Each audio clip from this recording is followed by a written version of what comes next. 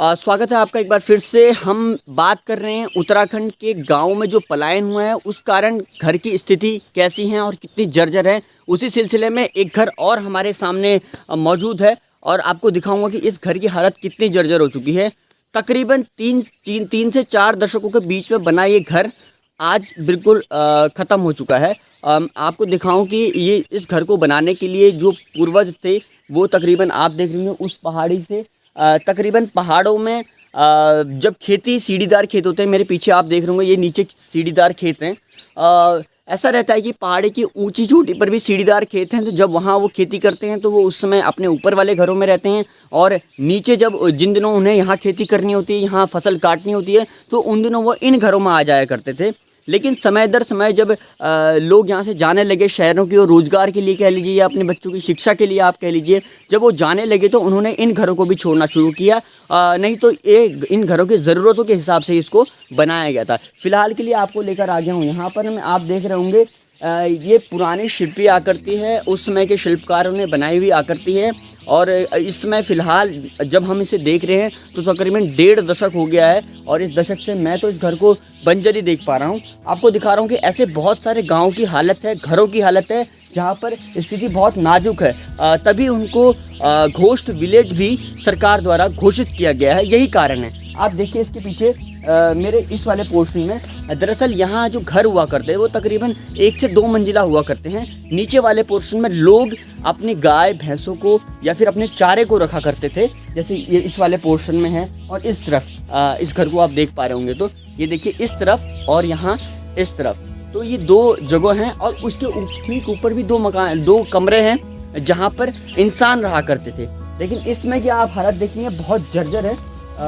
दिखाऊँ आपको, स्पेशली ये देखिए ये चौखट है, इनकी हालत है। और ये तकरीबन ऊपर आप अगर देखेंगे तो ये ताला आप देख रहे होंगे लटका हुआ, ऐसे बहुत हालत है। इसके अंदर भी आपको कोशिश करता हूँ मैं ले जाने की। आप अंदर देखिए इसके,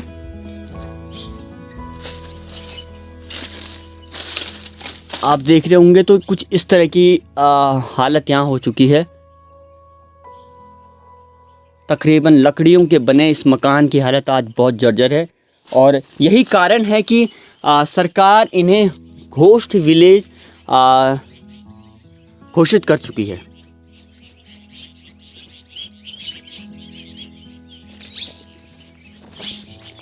झाड़ियों की अंधाधुंध यहाँ पर देख रहे होंगे आप कैसे झाड़ियाँ लगी हुई हैं।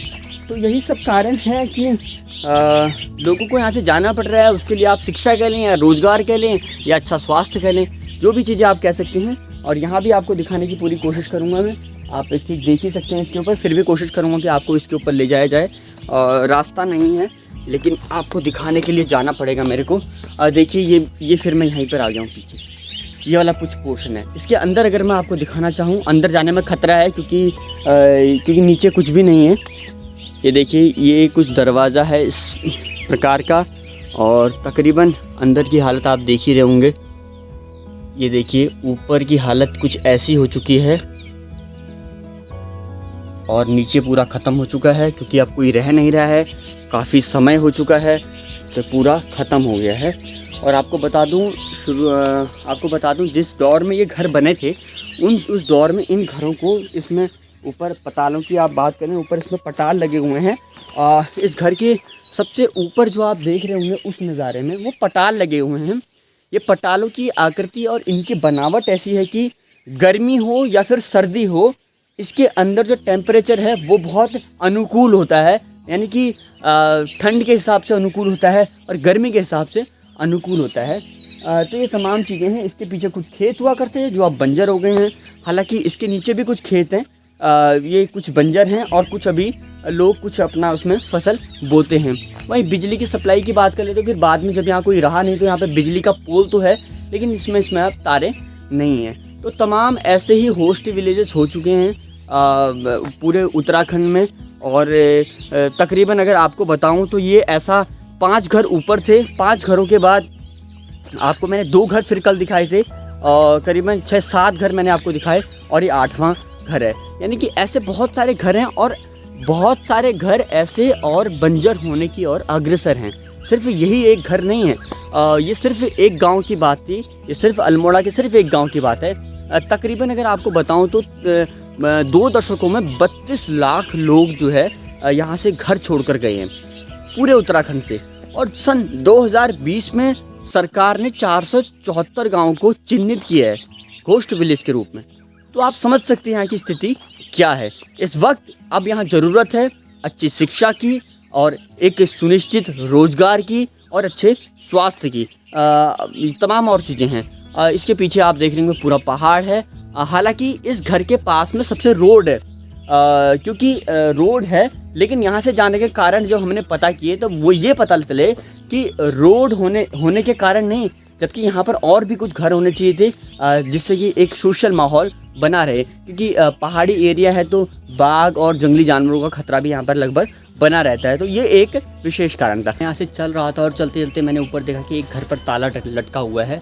फिर पता किया तो पता लगा कि यहाँ पर ये घर भी पलायन कर चुके हैं। तो आपको दिखाने की पूरी कोशिश करूँगा। मेरे पीछे आप देखिए, ये पारंपरिक घर है जिस पर अब ताले लगे हैं।